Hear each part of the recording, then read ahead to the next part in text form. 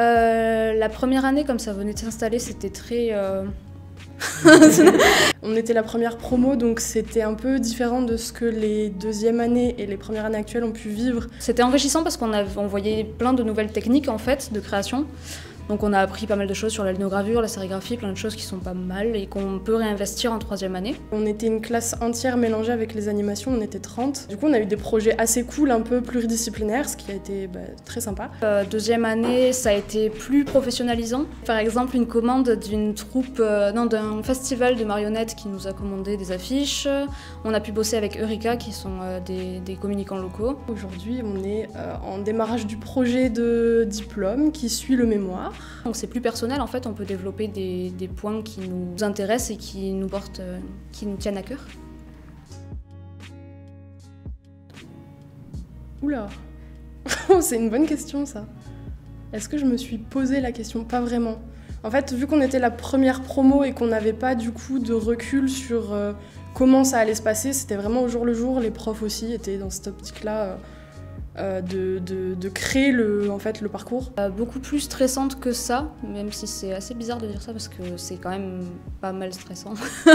Mais on en faisait toute une montagne en fait du mémoire, mais en soi, du moment qu'on a un projet qui nous anime, ça va tout seul quoi.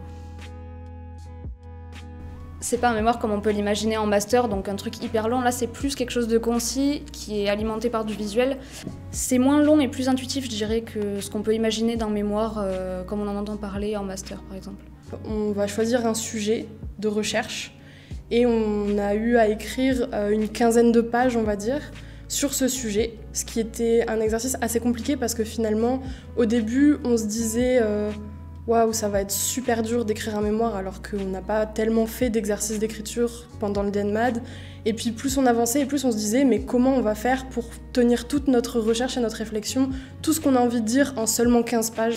Il y a eu une soutenance orale qui durait donc 15 minutes d'oral et 15 minutes de questions avec un jury.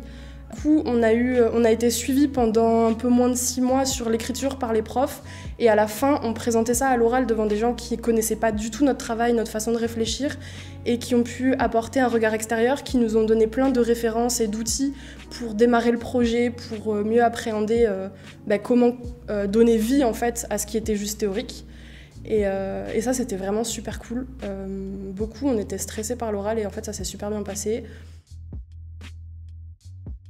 Moi personnellement j'ai pris le parti pris de pas aller sur le grade master mais de faire une équivalence pour entrer en deuxième année en DNA qui est un peu le grade licence des écoles d'art mais qui du coup va m'apporter une spécialisation dans d'autres domaines pour élargir un peu mes capacités, on va dire. Je vais essayer justement d'animer des ateliers de création, donc soit dans des EHPAD, soit dans des écoles.